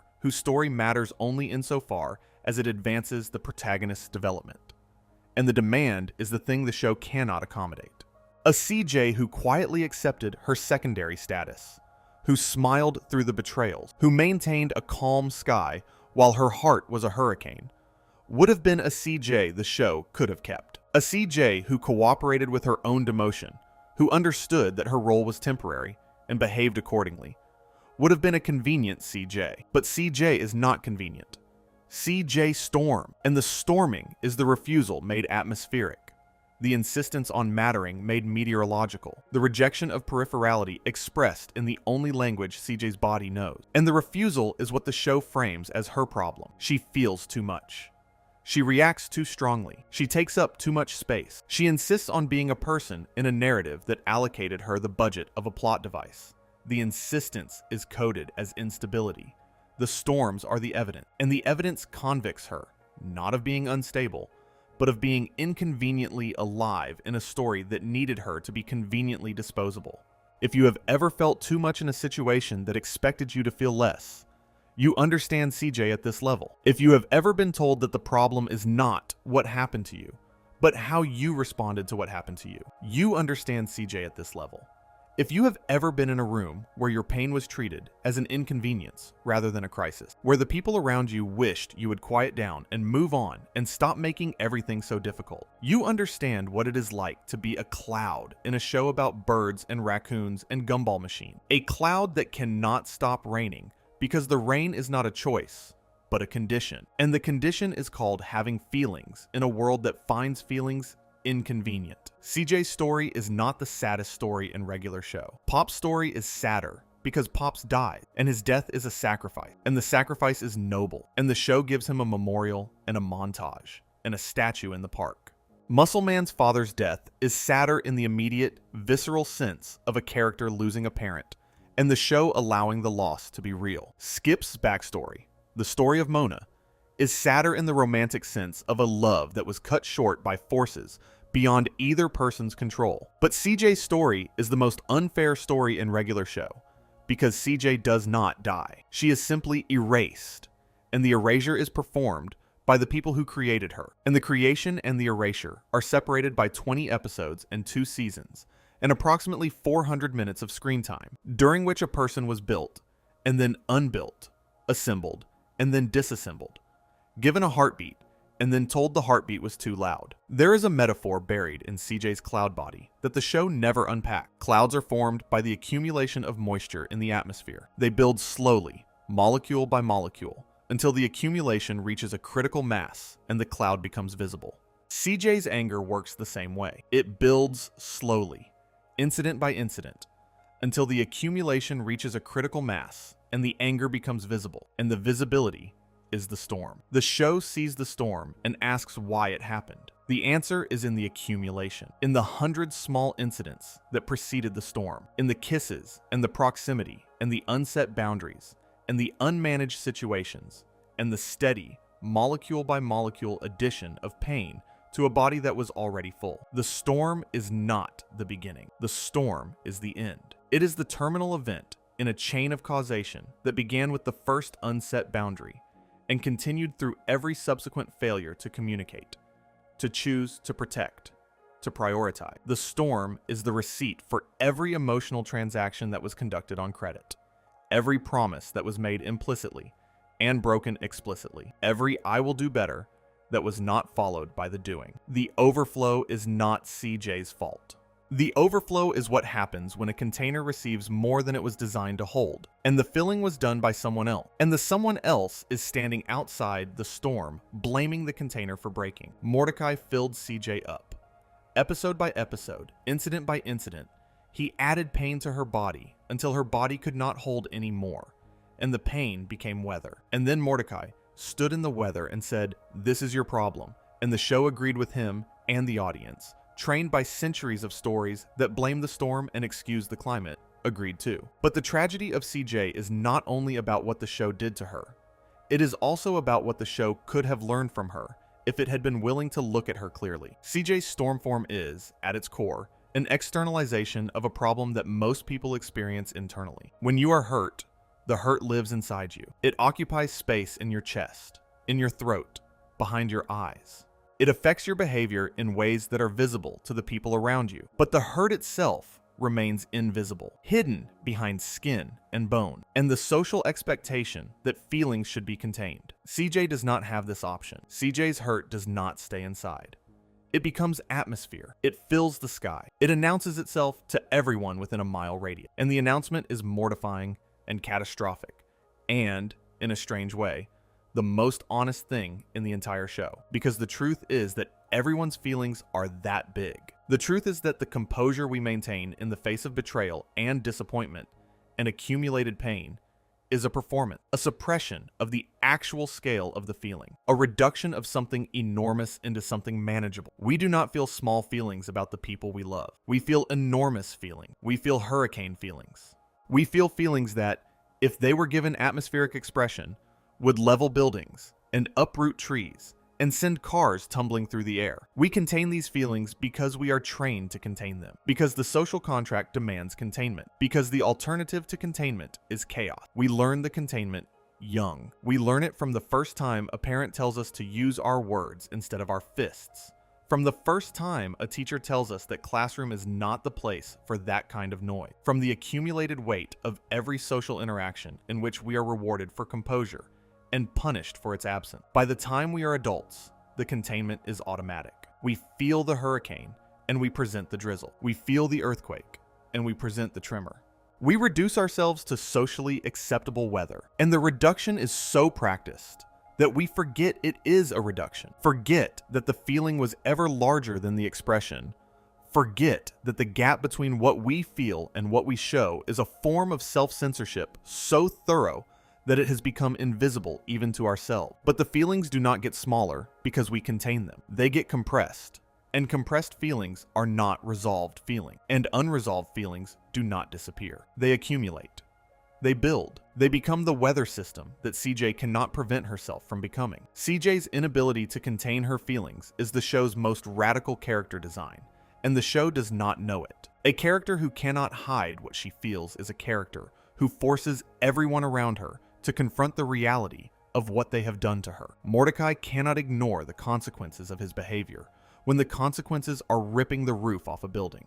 He cannot pretend that everything is fine when the sky is telling him that everything is not fine. CJ's storm form is a truth-telling mechanism, a built-in lie detector that converts emotional reality into physical reality. And the conversion is unbearable, not because the truth is violent, but because the truth is true. The storm is not the problem. The truth is the problem. The storm is what happens when the truth cannot be suppressed, when the body refuses to cooperate with the social demand for composure, when the interior reality is so much larger than the exterior expectation that the interior breaks through, and the breaking through damages things. The damage is real. The damage matters. But the damage is a consequence of the truth, not a consequence of CJ's failure to manage the truth. And the distinction between those two things is the distinction the show refuses to make.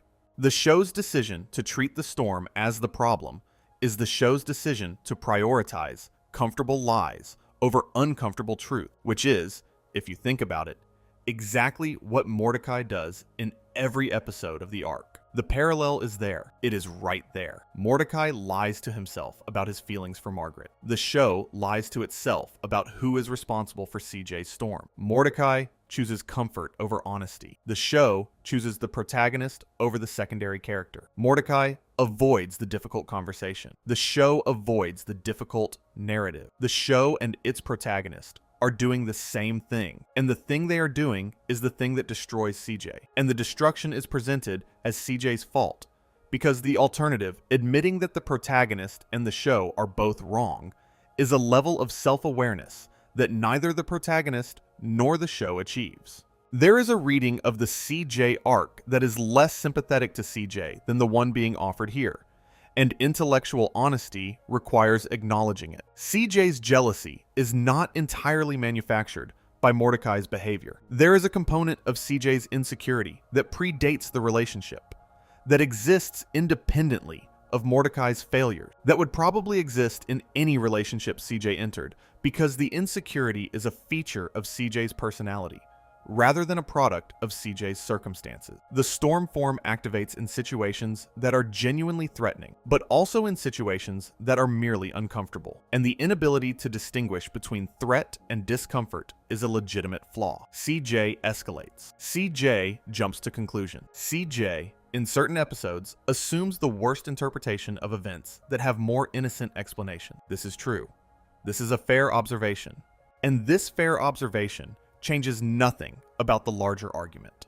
Because the larger argument is not that CJ is a perfect person who was wronged by an imperfect one. The larger argument is that CJ's imperfections are treated by the show as justification for her removal, while Mordecai's imperfections which are at least as severe and arguably more damaging, are treated as opportunities for growth. The double standard is not about who is flawed. Everyone is flawed. The double standard is about which flaws are forgivable and which flaws are terminal. And the show's answer to that question falls along a line that divides the protagonist from the secondary character, the male character from the female character, the person who avoids and the person who pursues, the person whose emotions are invisible, and the person whose emotions are literally made of weather. CJ's jealousy is real. CJ's insecurity is real. CJ's tendency to escalate is real. And all of these things are real in the context of a relationship where she is given genuine reasons to be jealous, insecure, and escalatory. The show presents her flaws as though they exist in a vacuum, as though CJ would be turning into a hurricane regardless of what Mordecai did, as though the storms are a chronic condition rather than an acute response to chronic provocation. The decontextualization is the injustice. A fair story would show you CJ's flaws and Mordecai's provocations in the same frame, would give them equal weight, would allow the audience to hold two truths simultaneously: the truth that CJ sometimes overreacts, and the truth that CJ is reacting to things that deserve a reaction. But the show does not do this. The show shows you CJ's flaws in close-up and Mordecai's provocations in the background, and the difference in focal length determines the audience's sympathy. The close-up is unforgiving. Every blemish is visible. Every wrinkle of overreaction is magnified. The background is forgiving. The provocations are small in the frame. They are easy to miss. They are easy to dismiss as minor, as accidental, as not worth the fuss that CJ is making about them. The focal length is a lie, but it is a visual lie. And visual lies are the hardest lies to detect, because the audience trusts the camera the way it trusts its own eye. There is also a reading that places CJ's arc in a broader conversation about how animated shows have historically handled female characters whose complexity exceeds the narrative's willingness to engage with it. The list is long. Sakura in Naruto, Katara in Avatar, who is arguably the exception, Terra in Teen Titan, Gwen in the later seasons of Total Drama, Star Butterfly in the final arc of Star versus the Forces of Evil. These are characters who are introduced with complexity, developed with specificity, and then reduced to romantic functions in the final movements of their story. The reduction is not a coincidence. It is a pattern. And the pattern reveals a limitation in the way animated storytelling conceives of female characters. A limitation in which femininity is ultimately subordinated to romance, and romance is ultimately subordinated to the male protagonist's development. And the subordination is presented as narrative inevitability rather than narrative choice. CJ is a casualty of this pattern. She is not the most visible casualty. That distinction probably belongs to Sakura Haruno, whose 12-year character arc in Naruto was subordinated so thoroughly to the male protagonist's journey that she became a cultural shorthand for wasted female potential. CJ is not the most discussed casualty. That might be Star Butterfly, whose finale season romance overshadowed the political narrative that had defined her character's growth. But CJ may be the most instructive casualty, because her arc demonstrates the pattern with an unusual clarity. The show does not hide what it is doing.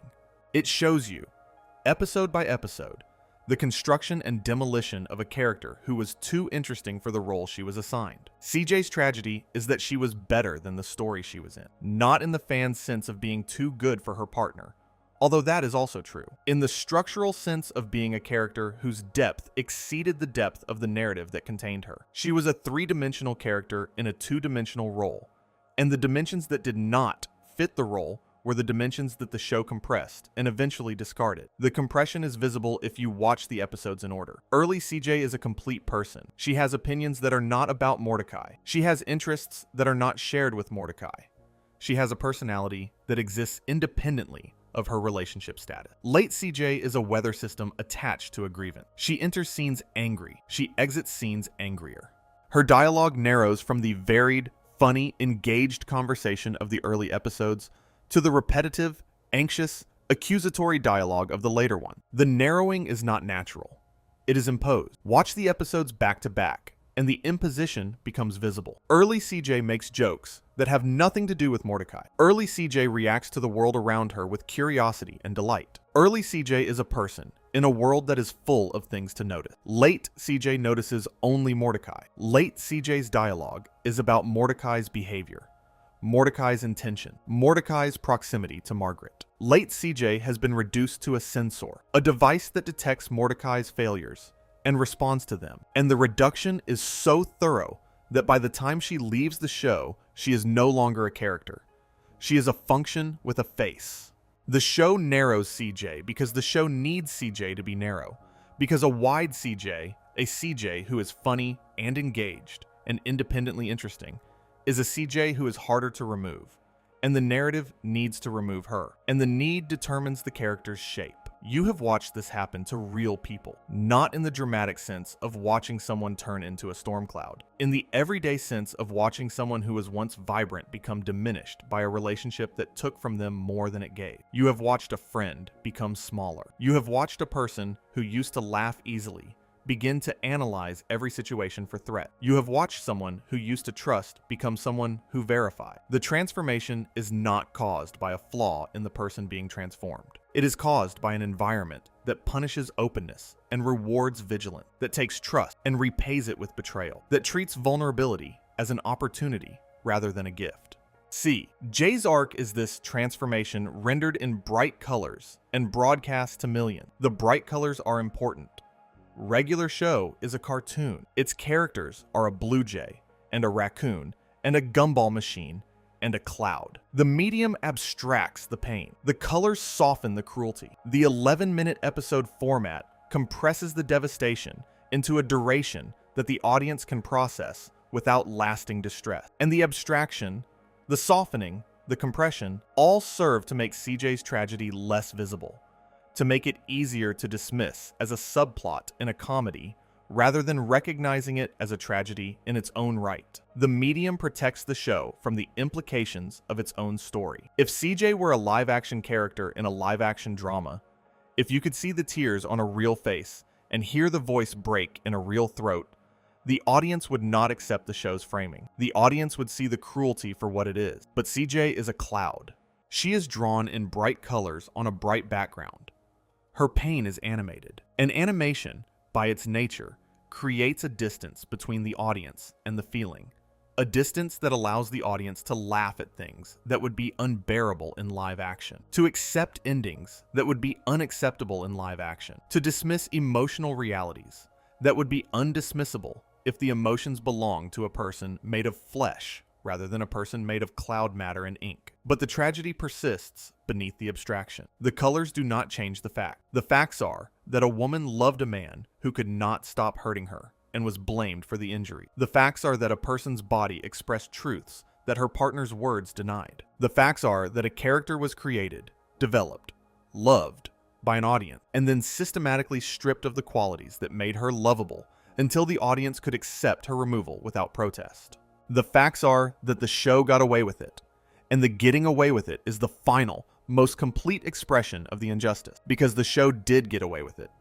Most viewers accepted the framing. Most viewers concluded that CJ was too jealous, too volatile, too stormy. Most viewers moved on when the show moved on, accepting Margaret's return as the natural resolution of a problem that CJ had created. The show's framing prevailed. The weather was blamed. The climate was excused, and CJ disappeared into the same silence that absorbs every secondary character whose utility has been exhausted. The silence that is not mourning, and not forgetting, and not conclusion, but simply the absence of attention, the narrative equivalent of looking the other way. The silence lasted for the remainder of the series. 26 episodes of Season 7, 8 episodes of Season 8's first half, the space arc, the finale, the montage. None of it mentions CJ.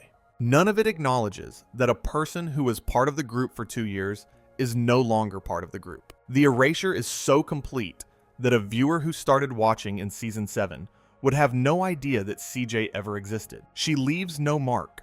She leaves no gap. She leaves no trace of herself in the narrative, and the tracelessness is the final cruelty, because it means that in the show's reckoning, CJ's presence made no permanent difference. She came, she stormed, she left, the park continued. But there is another layer to CJ's story that rarely gets discussed, and it is the layer that makes the tragedy complete. It is the layer that asks what CJ's arc teaches us about the specific failure of the show to understand what it had created. Regular Show is, in most of its storytelling, a show about seeing beneath surfaces. It is a show that takes the mundane and reveals the extraordinary underneath. It is a show that argues, episode after episode, that the world is more complex than it appears, that things are not what they seem, that the surface reading is never the final reading. The show applies this principle to everything. To arcade machines that are portals to other dimensions. To coffee that is a metaphor for stimulant abuse. To bowling alleys that are noir crime setting. To every object and every situation and every interaction in the Regular Show universe, the show looks beneath the surface and finds something unexpected. Everything except CJ. With CJ, the show accepts the surface reading. The surface reading is that CJ is volatile. The surface reading is that CJ's storms are evidence of instability. The surface reading is that CJ's jealousy is disproportionate, and her anger is irrational, and her departure is a consequence of her own temperament. The show that spent 8 seasons arguing that surfaces are unreliable accepts CJ's surface as truth. The show that taught its audience to dig deeper does not dig deeper with CJ. The show that built its entire identity on the revelation that the mundane conceals the extraordinary does not apply that lesson to the woman who is literally made of weather. The irony is unbearable. CJ is the character who most needs the show's characteristic depth, and she is the character who receives the least of it. The irony cuts in both directions. The show that reveals the drug metaphor in a coffee binge does not reveal the grief metaphor in a storm. The show that finds Freemasons in the Guardians of Eternal Youth does not find relationship psychology in a hurricane. The show that decodes the adult joke in a My Mom punchline does not decode the emotional truth in a cloud turning dark. The show's analytical lens, which it applies with brilliance and consistency to every other element of its universe, goes dark when it turns towards CJ. The lens that sees everything sees nothing when it looks at the woman whose body is the most legible text in the entire series. Her body is the most visually striking body in the entire cast. A body that transforms in response to emotion. A body that writes its interior state across the sky in lightning and thunder and rain. The body is a gift to a show that loves metaphor. It is a ready-made visual language for the interior life of a character. A way to show rather than tell, to animate emotion in the most literal sense possible. And the show treats this gift as a curse. It treats the visual language as evidence of dysfunction, rather than as an opportunity for expression. It takes the most narratively rich body in the entire show and reduces it to a plot hazard. The failure is creative as much as it is moral. The show's failure to use CJ's storm form as a storytelling tool rather than a danger warning is a creative failure of the First Order, a failure to recognize the potential of a character whose body is a weather system, and whose weather system is an emotional biography written in real time across the sky. Imagine what the show could have done with this. Imagine an episode where CJ's weather changes gradually throughout a conversation. The sky shifting from clear to overcast, to cloudy, to dark, as the conversation moves from comfortable to uncomfortable to painful. And the sky tells the audience what CJ is feeling before CJ herself recognizes. Imagine an episode where CJ tries to control her weather, tries to maintain a clear sky while she is feeling a storm, and the effort of the maintenance is visible in the small, suppressed flickers of lightning at the edges of her form. Imagine an episode where CJ's weather is beautiful, where her happiness produces a sunrise, or a rainbow, or a warm wind, and the beauty tells the audience that CJ's body is not just a warning system, but an emotional landscape that reflects the full range of human feeling. The show does not imagine any of this. Imagine an episode where CJ is happy, and the sky above her is the most beautiful sky the show has ever animated. A sunset that makes everyone in the park stop what they are doing and look up. And the beauty is CJ's joy made visible. And the beauty is what the audience remembers about her instead of the storm. Imagine an episode where CJ is calm, deeply calm, and her body produces a gentle fog that settles over the park like a blanket.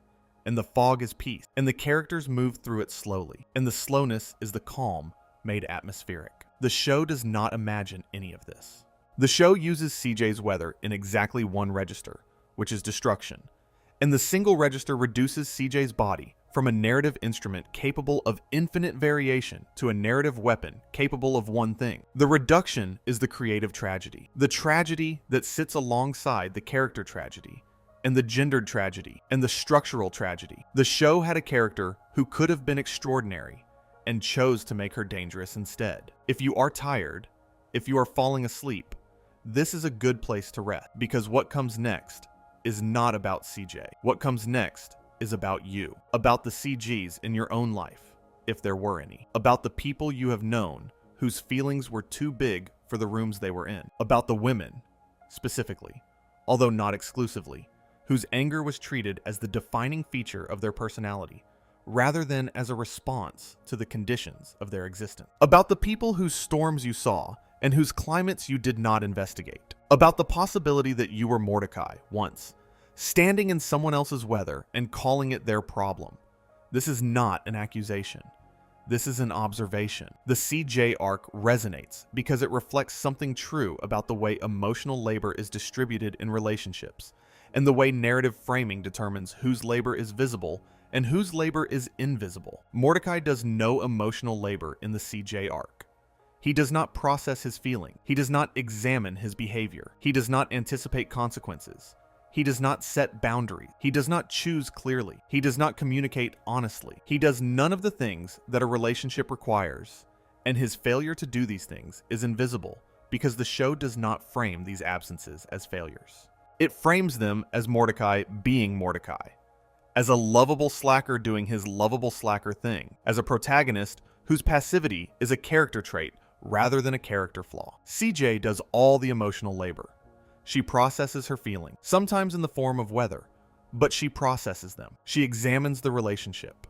She anticipates problem. She raises concern. She communicates, sometimes too loudly, but she communicates. She does all the things that a relationship requires, and her doing of these things is framed as the problem. She processes too intensely. She examines too suspiciously. She anticipates too anxiously. She communicates too stormily. The word too is doing all the work. It is the word that transforms contribution into disruption, that turns a person who is doing the work of maintaining a relationship into a person who is doing too much, being too much, feeling too much. The word too is the word that the show applies exclusively to CJ and never to Mordecai. Mordecai is never too passive. He is never too avoidant. He is never too negligent. His failures are described in neutral terms, as mistakes, as accident, as the understandable missteps of a young man who is still learning. CJ's equivalent failures, which are responses to Mordecai's failures, are described in loaded terms, as overreactions, as jealousy, as volatility. The vocabulary the show uses to describe its two romantic leads is the vocabulary of a double standard, so deeply embedded that it has become invisible. The show takes every form of emotional labor, and when CJ performs it, adds the word to, and the word to transforms the labor from a contribution into a disruption. Consider the asymmetry. Mordecai does nothing and is forgiven for doing nothing. CJ does everything and is punished for doing everything. Mordecai's passivity is cute. CJ's activity is threatening. Mordecai's silence is interpreted as thoughtfulness. CJ's noise is interpreted as chaos. The show constructs a world in which inaction is acceptable and action is not, in which the person who creates problems through neglect is sympathetic, and the person who identifies problems through vigilance is pathological. This is what CJ teaches you, if you let her. She teaches you that the person who names the problem is not the person who created the problem. She teaches you that emotional honesty is not emotional instability. She teaches you that the storm is not the disease. The storm is the symptom, and the disease is the accumulated weight of every promise that was broken, and every boundary that was not set, and every conversation that was avoided, and every truth that was deferred until the deferral became a debt, and the debt became a weather system. She teaches you that the most dangerous form of dishonesty is not lying. It is omission. Mordecai never lied to CJ. He never told her a false thing. He simply failed to tell her the true thing. The true things about his feelings for Margaret, the true things about his inability to commit, the true things about the fact that his heart was divided and his actions were governed by the larger half. The omissions accumulated. They became the atmosphere CJ breathed. And the atmosphere became the weather CJ could not control, because the weather was made of the truths Mordecai would not speak. Turn to moisture in the air. Turn to clouds. Turn to storm. CJ teaches you to look at the climate. Not the weather. The climate. And now the script has come far enough that it is time to return to where it started. To a helipad on a television station. To a celebration that became a disaster. To a cloud that became a hurricane. In Season 6, Episode 20 of Regular Show, 1000th Chopper Flight Party, CJ stands on a helipad and watches Mordecai hug Margaret. Her body begins to change. The white turns gray. The gray turns dark. The wind starts. And the show presents this transformation as the problem. The show asks you to look at the storm and see a character who cannot control herself. A woman whose emotions make her dangerous. A love interest whose volatility has exceeded the narrative's tolerance for volatility. But if you look differently, if you look the way the show taught you to look in every other episode it ever made, if you look beneath the surface and search for the truth underneath the spectacle, you see something else. You see a woman who has been hurt repeatedly by a man who does not mean to hurt her, but cannot stop hurting her, because stopping would require a level of self-awareness he has not developed. A woman whose body cannot lie the way his body can. A woman whose truth is atmospheric and unavoidable and terrifying, not because it is irrational, but because it is accurate. You see a woman who was asked to be small in a story that was not built for her, who was asked to be calm in a situation that was not calm, who was asked to trust a person who had given her every reason not to trust. You see a woman who did all these things, who tried to be small and tried to be calm and tried to trust, and who could not sustain the trying because the trying required her to deny the evidence of her own experience, and the denial was a betrayal of herself that she was not willing to commit. The storm is accurate. The storm is the precise meteorological equivalent of what CJ is feeling, which is the accumulated pain of a relationship in which she has done all the work and received none of the protection, and been blamed for the consequences of both. The storm is not the tragedy. The storm is the proof that the tragedy happened. The real tragedy is invisible. The real tragedy is all the small, quiet moments that preceded the storm. The moments when Mordecai should have chosen and did not. The moments when the show should have looked deeper and did not. The moments when CJ needed someone to see beneath her weather and find the person underneath. The person who is not a hurricane, but a woman standing on a helipad, watching the person she loved hold someone else. And if that person had been seen, if the show had looked at her the way it looked at every other character it ever created, with curiosity and depth and the willingness to find something unexpected beneath the surface, it would have found not a storm, but a clear sky that had been filled with someone else's weather. It would have found a woman who wanted nothing more complicated than to be chosen, clearly and completely, by the person she chose. It would have found that the tragedy was never CJ's. It was always Mordecai's. It was the tragedy of a man who had exactly what he needed and could not see it, because he was too busy looking at what he wanted, and by the time he learned the difference between wanting and needing, the person who taught him the difference was gone. If you found something worth carrying away from this, subscribing helps more than you would think. Thank you for staying. I will see you in the next one.